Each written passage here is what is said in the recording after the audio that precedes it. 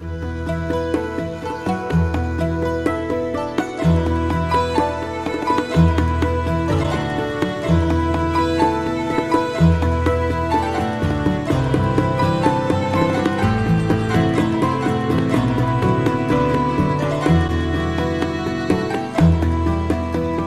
everyone, welcome back to Let's Play The Witcher 3. So in the last session it was all about the Gwent.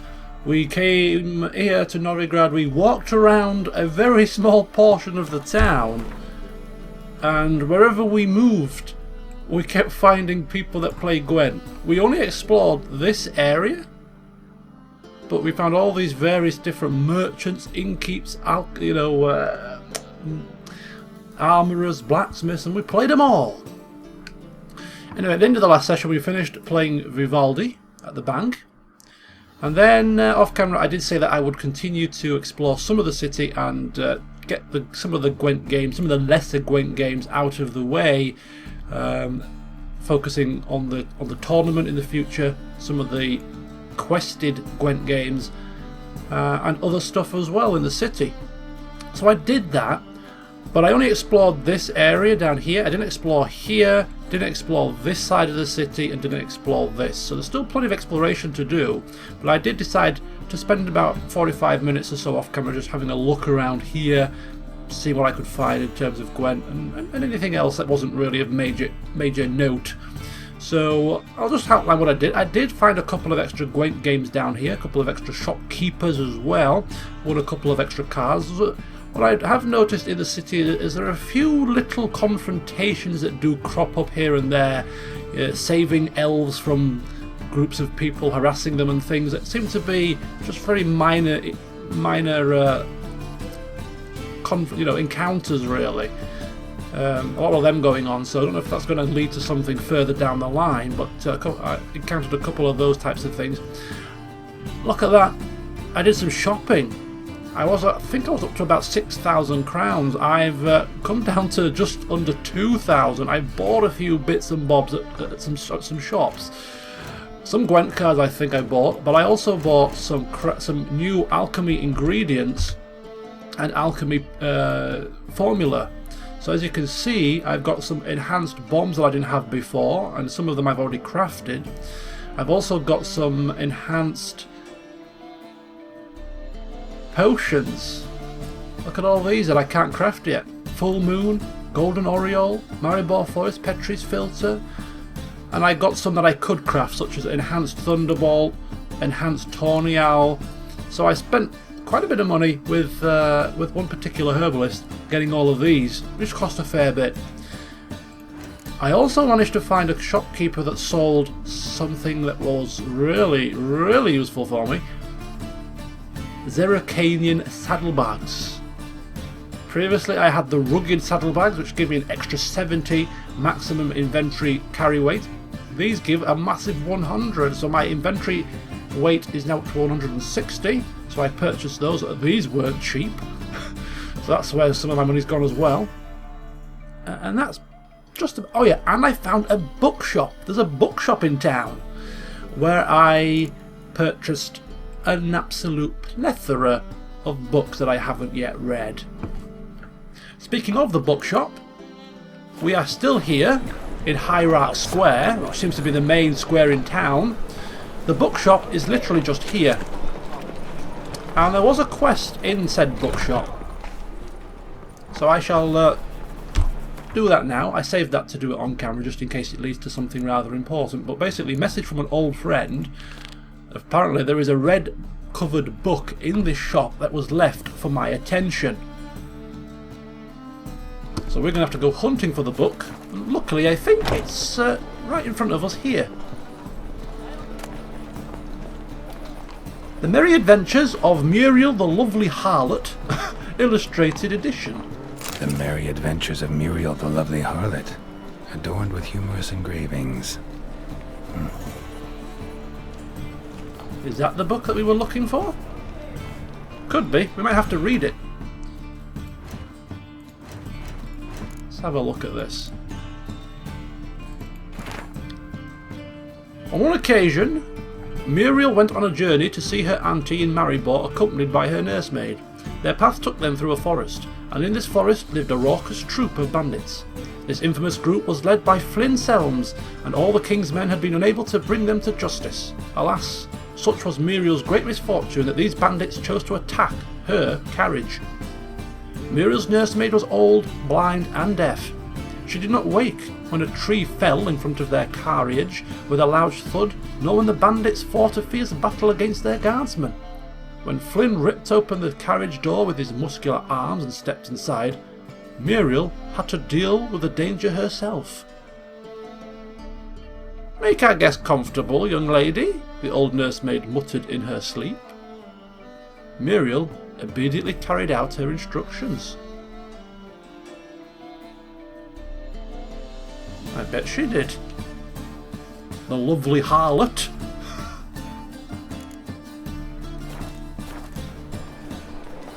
I don't think that was the book we were supposed to be looking for, but it was a book with a red cover. Don't think it's the right one. So I wonder if there's any more books upstairs. Ah, there's plenty of books. So we start today's session with a bit of a book hunt.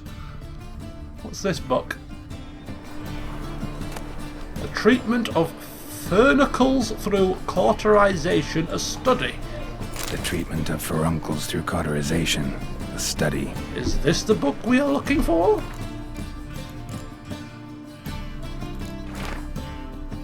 Everyone's seen a boil, usually more than they care to.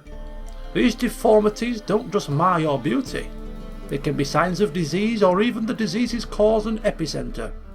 If your lungs wheeze and your heart flutters, or if you're just sick of pustules, you can carve them off and be free of this ill for good.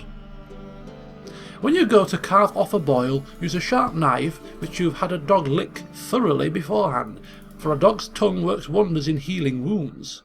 Really? Ugh. You've got to be brave as you go about it, slicing as confidently and steadily as if carving off a hunk of cheese, then quickly cauterize the resultant wound using a red-hot poker. Don't pay any mind to screams or tears. Pus, bile, and any other humours need to be gathered in a basin, then dumped in a pit and covered. Else the illness might return. Somehow I do not think this is the book we are looking for. And sorry to anybody that might have been eating their dinner whilst I was reading through that rather graphic affair of how to rid yourself of boils. My manifesto, The Life of Jack de Aldersberg. Is this the book we are looking for? My manifesto. Must be it. There's a letter inside. A letter. Okay. We'll read the book first. The reasons for choosing Jack de Aldersberg as Grand Master remain a mystery. The Order of the White Rose had gone through a crisis in those times and was on the verge of collapse, so one might guess that the Brethren wished to have someone decisive as their leaders, someone with a clear vision. De Aldersberg was precisely such a man. One of his first decisions was to change the Brotherhood's name to the Order of the Flaming Rose. The most puzzling aspect, however, is that the Order and the King himself decided to trust a man who, for all intents and purposes, had appeared out of nowhere. They say he was a wanderer, an itinerant priest who moved crowds with his speeches claiming non-humans. They say he worked miracles and showed his flock visions of a world destroyed by the White Frost. He was undoubtedly a man of great charisma, were instilled with unshakable principles which he, in turn, tried to instill into others. Was he truly a source? Was he indeed gifted with more magic talent? That we will never know for certain. If my memory serves me right, is this the guy that we killed at the end of The Witcher 1? The leader of the Order of the Flaming Rose? If so, I think this letter might be from Siegfried. Oh, it is entitled A, though. Witcher.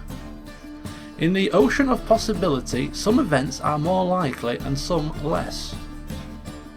It is not easy to fish out the first, not even when one's intellect stretches through all time and space. I left you this letter in the hope that despite all odds you will come across it one day, for I must warn you. Mankind is threatened. The prophesied destruction by the White Frost is not just a babbling of some mad she-elf. Perhaps I will have the opportunity to convince you of this in person. If not, I must rely on this letter, which you will read many years from now, at a time when you know more than you did when we first met. Nothing will save the world except preparing its entire population for this catastrophe. The old tales say a child of the elder blood can stave off the danger, but I tried and failed. Ever since I have been haunted by a hideous vision, a crowned wraith, the spectre of my failure. I was the chosen one, and the chosen one failed. You and your brotherhood are our only hope. When the time of the wolf's blizzard comes, men shall perish, and only the Ubermen will survive. Your duty is to give the world Ubermen. Whatever you think of me, do not fail as I have failed. Did we kill him, or did he not die? Is this? I can't remember. It's been so long ago since I played The Witcher 1, and I didn't do any research before playing this game, so you'll have to forgive my lore knowledge. But interesting. Prophecies. All talking about impending doom. I've got some more books though. I'm going to take them and read them later. I think we've done enough reading for one day. And there's one more behind him, is there? No? Thanking you? Okay. So, a bit of a bizarre way to start the session off. Yeah, we'll read them. Remember that they're in our quest log, not our book log. Yeah, we've got tons of books to read here. Absolute tons. But we've done our readings for today, so we shall continue on with what we need to continue on with. And what is that? Well, we are going to speak with a dreamer, an oniromancer by the name of Corinne, to see if we can continue our hunt for Ciri. Now, we did get a couple of character updates. Oh, this does my box. There's no way to get rid of this damn thing. I've done what it said, and it still comes up. Right, where is she? There we go, Corinne Tilly. Oniromancy, the magic art of deciphering the past and the future as they appear in dreams, is difficult for even a highly trained sorceress to master. Those born with a talent, however, excel at it without any formal education. Such was the case of Corinne Tilly, whose fame as a dreamer, as such diviners are known, had spread far and wide. Okay. We did get a couple of other entries. We got the entry, Francis Bedlam, the King of Beggars. The free city of Novigrad had known no king's rule for nearly 200 years. Francis Bedlam surely had this fact in mind when he anointed himself the King of Beggars, a title that mocked the pomposity of crowned heads while simultaneously stealing a bit of said pomp for itself. Bedlam was a pragmatic man, a trait of great use in his profession, which involved managing a network of thieves, beggars, tramps and street urchins that trickled through every part of the city. His contacts provided him with the freshest gossip and tastiest morsels of information, and the cut he took of his subjects earned guaranteed a sizable income for the maintenance of his court in the Putrid Grove. Francis despised fanaticism and prejudice in equal measure, which meant that mages fleeing the witch hunters often turned to him for protection. So an interesting character. Of course, he's probably got a his own shady sort of background and his own motives for doing things, but on face value, he's doing a good service, taking in those that are discriminated against in the town, in the city. So I think it's going to be a highly interesting character to see develop. And we had one more. Vivaldi. The dwarves have been in the banking business since the legendary King Desmond of Temeria was just a snot-nosed brat in short trousers asking for more yam with his bread.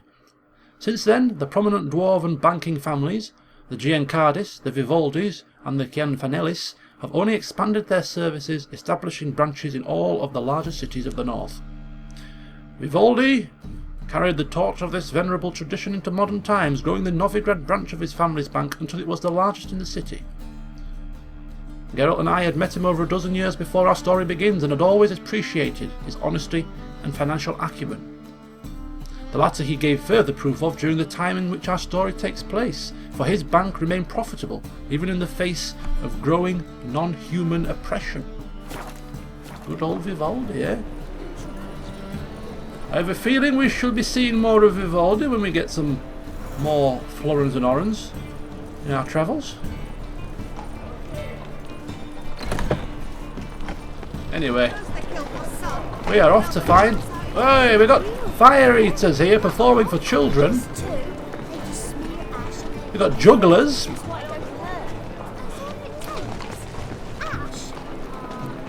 I tell you, I absolutely love the atmosphere in this city. I really do. It's great. You could spend ages just walking around, looking at all the various stalls, watching people go about their business. Look, we've got artists here painting. It's just so vibrant, so lifelike. You've got shady back alleys. If you wander down there, you get attacked and mugged. It's just great. People, look, a woman rocking a baby in a garden full of flowers. It's just absolutely tremendous. Tremendous. Nothing. Somebody on a roof fixing it. 2 people. Look at that. Show me your sword. So yeah, suffice to say, I'm having a whale of a time so far in Novigrad.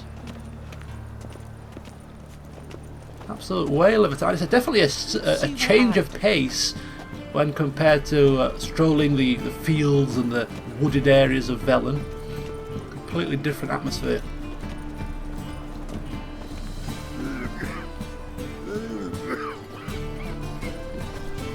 Excuse me, guards, I have things to do. Now, if I look to my map, you have to bear with me. I will be obviously checking my map fairly often as I traverse this city, because it's rather large.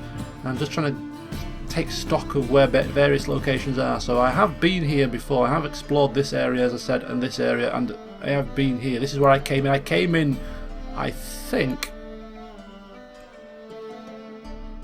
through this. Was it this gate or this gate? I think it was this gate.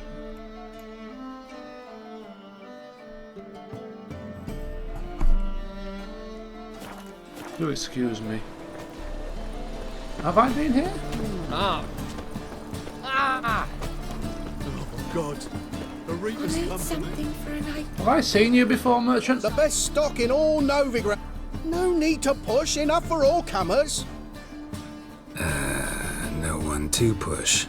Very good. Manners before trade, always. No, I haven't. Okay. Let me have a look. Right.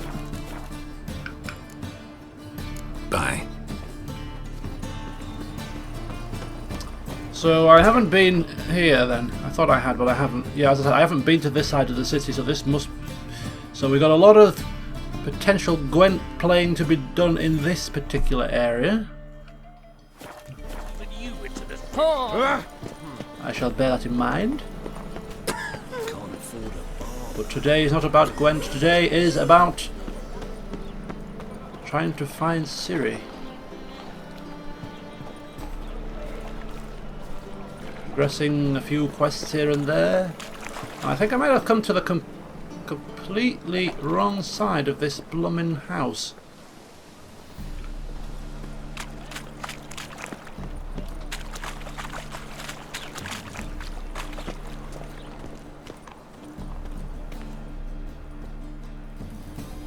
Just passing by, wanderer? Or do you seek something specific? Who's asking? Rudolf de Jonkier. Of those de Jonkiers, yes. My ancestors laid the foundations of this city. I now own its largest bank. Didn't need a recommendation. Name would have been enough. Father always said, all ought to know your merits, son. Don't hide them under a bushel. I'm looking for Corinne Tilly. Oh, you've come to the right place then. Corinne is inside. Been there for a few days, dreaming the home's history. Dreaming the home's history. Why do you need to know the house's history? You a historian or on a whim? I bought this property a short while ago. Paid a pretty penny, I might add. Soon after, I witnessed disturbances. Led me to fear the home might be haunted. What are the symptoms? Oh, they vary. Giggling in the night. And furniture moving about in the attic. And last week... well, you shan't believe it. I found human feces in the parlour. Really? Have you ever thought it might be some kids or something playing a joke on you? Shall we discount the obvious before we start blaming spectres and wraiths for this? Not interested in what's going on inside? Seeing it for yourself? I'm a banker. Cursed homes scare me. Do you know how a haunting can affect property value? Point of fact, Corinne requested she not be disturbed. I'd like to go inside, look around. I don't usually let strangers rummage around my home. Twin swords, though. You're a witcher. You may enter, call that my whim. Okay. Truth is, we're already dependent on the black markets, economically. Now we did get a quest regarding a contract about a haunted house. It's not the same thing, is it?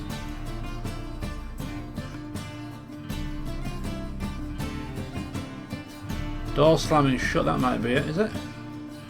A haunted manor owned by, oh, Kurt Dysart. No, it's a completely different thing. Just checking. Okay.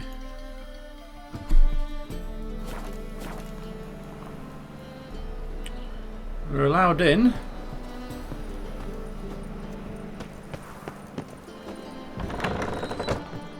Not overly interested about his haunted house. I won't loot any of the property. I mean, it's...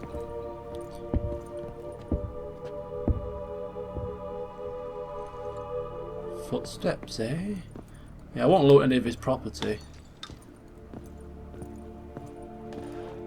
Hello? Put it down, please. There's blood. Don't spill it. Please. Uh-oh. This does not sound... Stop. Go away. Oh, she's dreaming. Don't do that. Leave it. I think she'd be dreaming, won't she? Oh! Maybe it's not kids playing jokes. I take it back. Hello?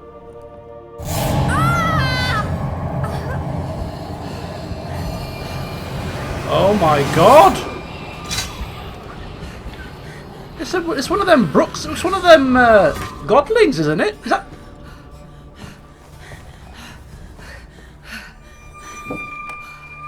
Is it godling? Wake up. It's just a dream. Wake up. Oh, this is freaky, man.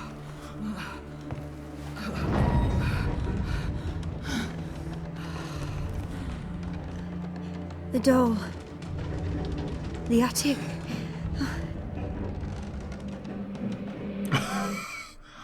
Oh! Why's it gone black? All right. Time to check the attic. Stop. Go away. Don't do that. Leave it. Oh god, this is freaking me out. This is the second time in this game that it's started to get like a blooming horror series. I'm almost tempted to start looting and plundering, but Put it down, please. there could be like really valuable Please. You know, I can't help myself. I'm gonna look in these things, and if there's anything like a bloody enhanced potion manuscript, and I'm taking it. But if it's just crappy stuff, Go away. then oh, raspberries. Leave it. Do you know, funnily enough, I always end up talking about food when I see food in a game. I think in the last couple of sessions I was talking about strawberries. When we found strawberries in Triss's house, how I like to have strawberries with sugar on and put them in the fridge and blah blah blah. Tonight, folks, I am actually having raspberries for my supper. I've got some raspberries in the fridge, and I do love raspberries as well. So it's funny that I actually seen some raspberries in this game today. Put it down, please. That's blood. Please. You keep dreaming, love. I'm just checking here. It's just going to contain crafting items, isn't it? These drawers.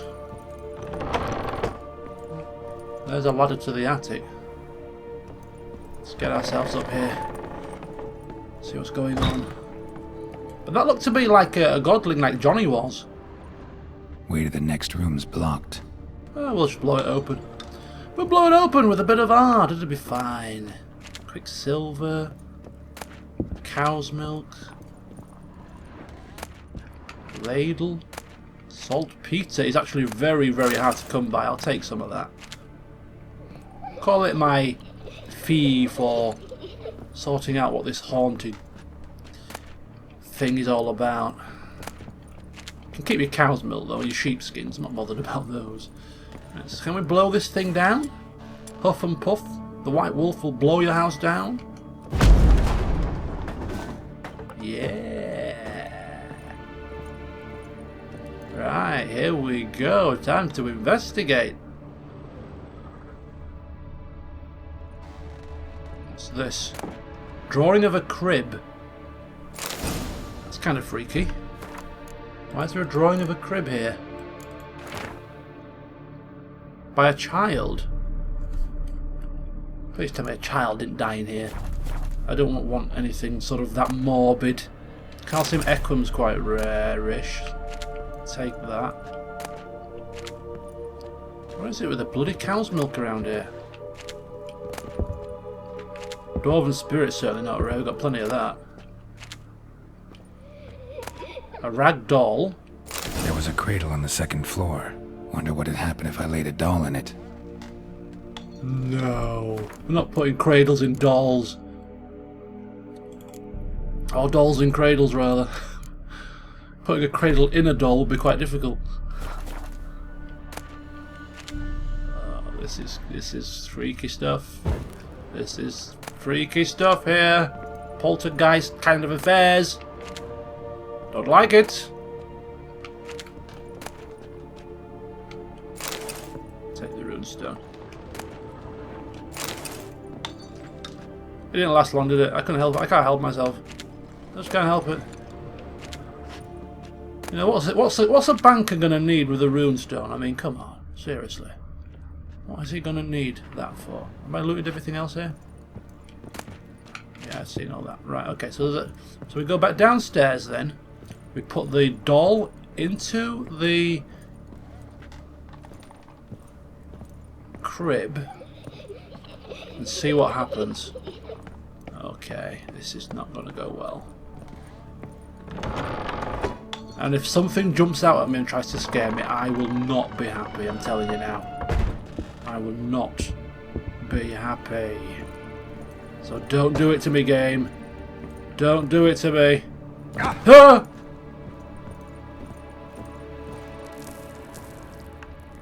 Where's this crib? Where was the crib, Geralt? Will it be in red? Where's the crib?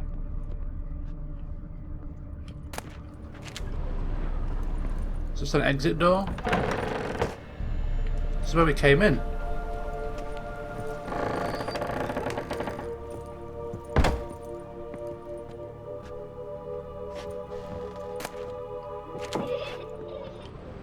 Sure, have I looted it here? Linen cloth, empty bottles, dwarven spirit, loot. Loot. I'm getting the loot. Because I'm stalling a little bit. Don't want to find any cribs. Don't want to have any ghosts coming and giving me a shock. How come we can't open this? It says A to use. I'm using it. There we go. He said there was a crib in the first floor, didn't he? Where's the bloody crib? Where is it? Was it in this room? Oh, there. Ah. Okay. Here we go.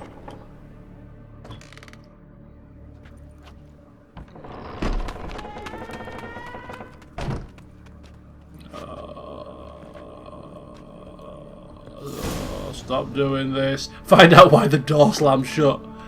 Do we have to? We're supposed to be a monster slayer. We should be frightened of ghosts. Another masterpiece. An oven and a blackened grate. Oh joy. A riddle. Guess I should find an oven. Examine the oven. Where's the oven? Where's the oven? Where's the oven? It's probably on the ground floor, the oven. Is there a kitchen area? Could be down here. Could be a basement kitchen. Well, there's no oven in here. Let's get ourselves down here. Ah! An oven! How convenient. Examine the oven. I will in a minute. Okay, so where can we examine? There we go.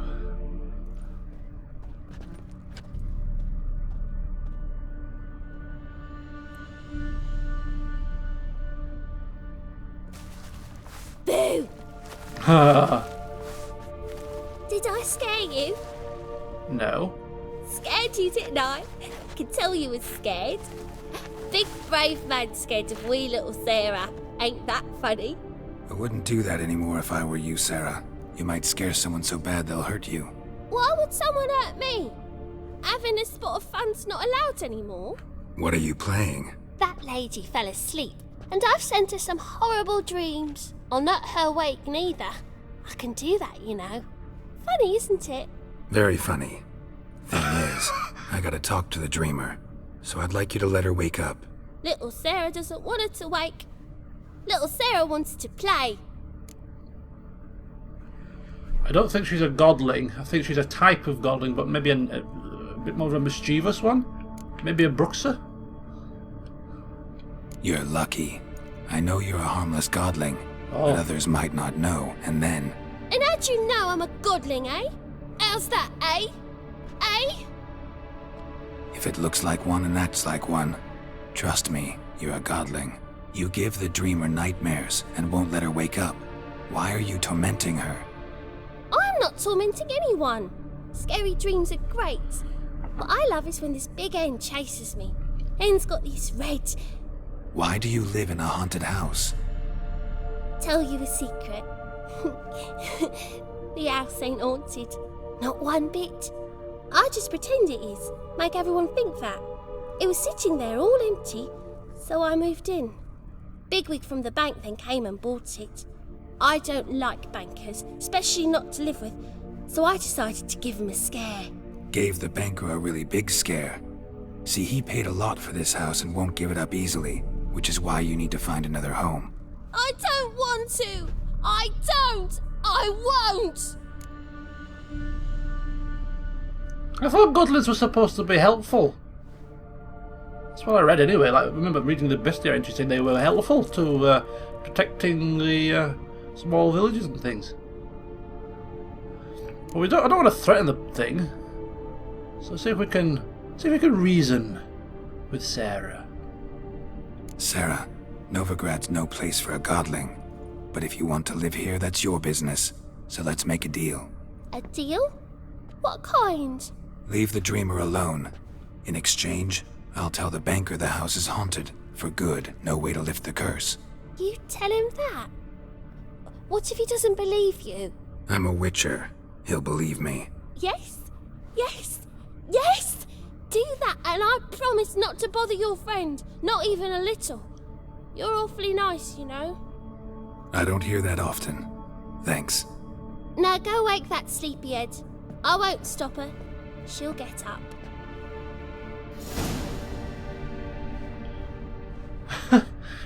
Kind of strange. Yeah, he's a banker. He's a fat cat rich man. He can buy another house. As long as we get what we want, that's the main thing, isn't it? And the godling gets to keep her house all to herself.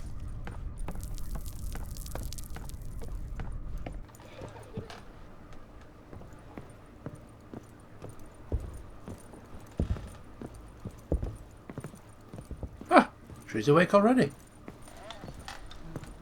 Greetings, Corinne. You are out for the count?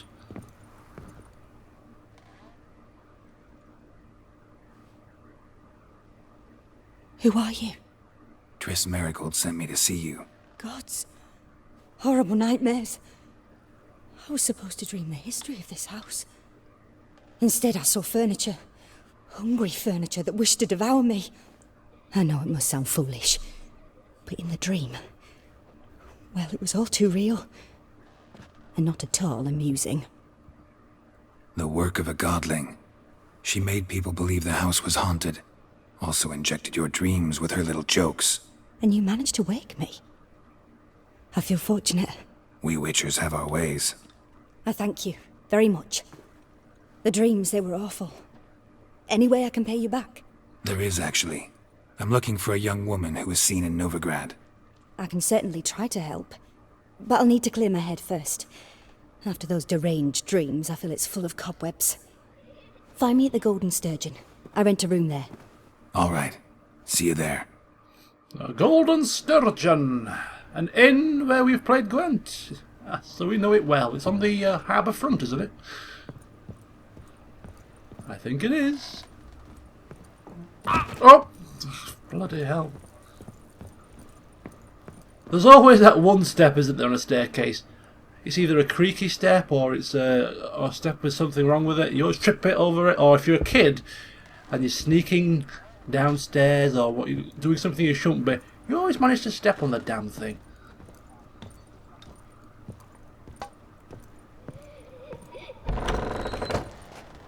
Was that just me? The second sword.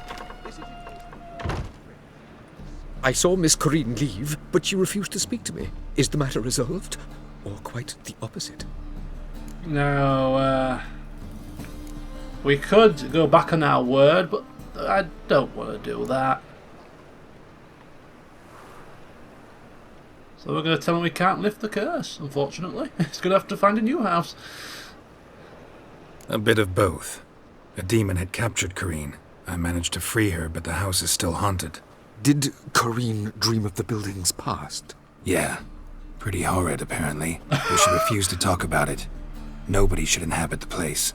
So many crowns I paid! Ah, well, it shan't put me in the poorhouse. Yeah. You're Rudolph de Jonkir, after all. Owner of the biggest bank in Novigrad. Sure you can find a new house. Oh, look at that sunset in the city. Marvellous.